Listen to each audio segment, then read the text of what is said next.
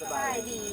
พวกเราแม่นนักศึกษามาจากสถาบันธนาคาร เป็นนักศึกษาปี 2 มาจากห้อง BC18 จากกลุ่มเก้าน้องเอมีชื่อว่าเจนนี่แพงสวรรค์ น้องเอ็มมีชื่อว่านางไพวันจันทแจม น้องเอมีชื่อว่าเท้าทองสุขุนครับ น้องเอกมีชื่อว่าท้าวใส่เสื้อถาคุณมณี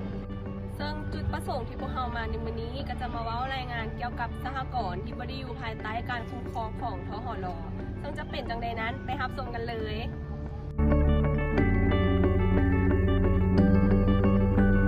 สหกรณ์ที่บ่ได้อยู่ภายใต้การคุ้มครองของทหร.แม้นการรวมกลุ่มของประชาชนที่ด้อยโอกาสและห่างไกลซอกหลีกสร้างกลุ่มขึ้นมาเพื่อเป็นวิธีการออกสินเชื่อขนาดน้อยเพื่อบริการทางด้านการเงินต่างๆได้รับการบริหารคุ้มครองภายในท้องถิ่นหลายกว่าการคุ้มครองแบบศูนย์กลาง ซึ่งได้ถูกนำเสนอโดยโครงการพัฒนาเพื่อลดพ้นความทุกข์ยากผ่านการปล่อยสินเชื่อและโครงการช่วยเหลือของชุมชน เนื่องจากพวกเขารู้จักกันดีและอาศัยในชุมชนเดียวกัน ดังนั้นพวกเขาจึงรับรู้สภาพทางการเงินของกันและกันดี สามารถให้การบริการที่ผ่อนผันกันได้สะดวกสบายและว่องไว ซึ่งสหกรณ์ที่บ่ได้อยู่ภายใต้การคุ้มครองของทหร.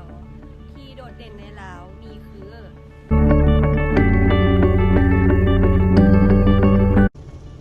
ธนาคารบ้านเป็นวิธีการออกสินเชื่อขนาดน้อยซึ่งบริการทางการเงินต่างๆ ได้รับการบริการคุ้มครองแบบศูนย์กลางในธนาคารทั่วไป โดยทั่วไปแล้วจุดประสงค์ของแม่นเพื่ออยากให้ธนาคารบ้านแต่ละแห่งกลายเป็นธนาคารที่มีอิสระทางด้านการบริการและการเงินในต่อหน้า ธนาคารบ้านจะมีสมาชิกประมาณ30-50 คน ซึ่งมักจะเป็นผู้หญิง สมาชิกของธนาคารบ้านแต่ละบุคคลจะเจรจาเกี่ยวกับจำนวนเงินที่พวกเขาจะปล่อยให้กู้ยืมในเบื้องต้น ตามปกติแม้นจะต่ำกว่า$50และเงื่อนไขข้อกำหนดกับกลุ่ม ธนาคารบ้านสร้างตั้งอย่างบ่เป็นทางการ เงินทุนตั้งต้นถือรวบรวมจากการถอนเงินของประชาชนผู้ที่สมัคร ซึ่งการสนองเงินทุนนี้ให้ในเบื้องต้นแม่นเพื่อจุดประสงค์ในการออกเงินกู้ขนาดน้อย มันมีจุดประสงค์เพื่อเป็นธนาคารขนาดน้อยที่บริการให้เพียงแต่ประชาชนที่อาศัยอยู่ในบ้านเท่านั้น ทุกองค์กรถูกคุ้มครองด้วยคณะกรรมการบ้านที่ถูกเลือกตั้ง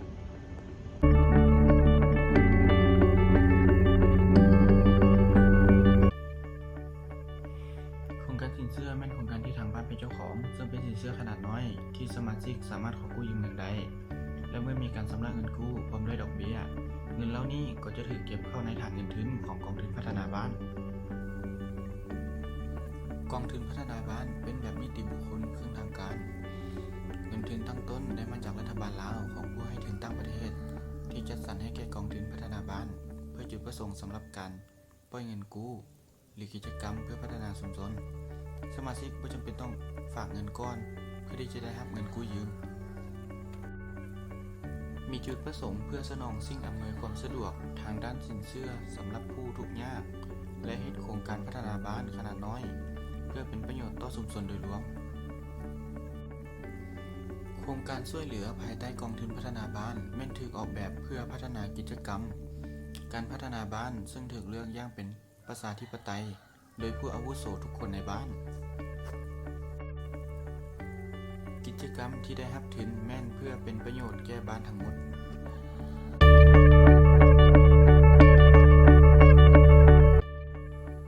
สหพันธ์แม่หญิงดาวสร้างตั้งขึ้นในปี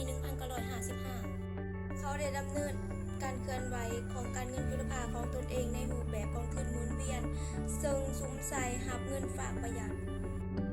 ลูกค้าสามารถกู้ยืมเงินได้ตั้งแต่500,000 กีบรับ8 ล้านกีบด้วยระยะเวลา3-12 เดือน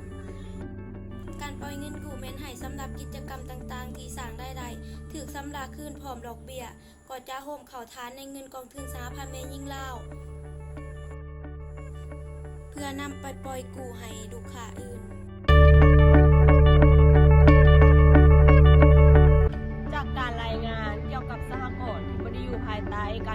ของทหรของหมู่เฮากระจบเพียงเท่านี้ ขอบใจหมู่ครูทุกคนที่รับชมและรับฟังขอบใจ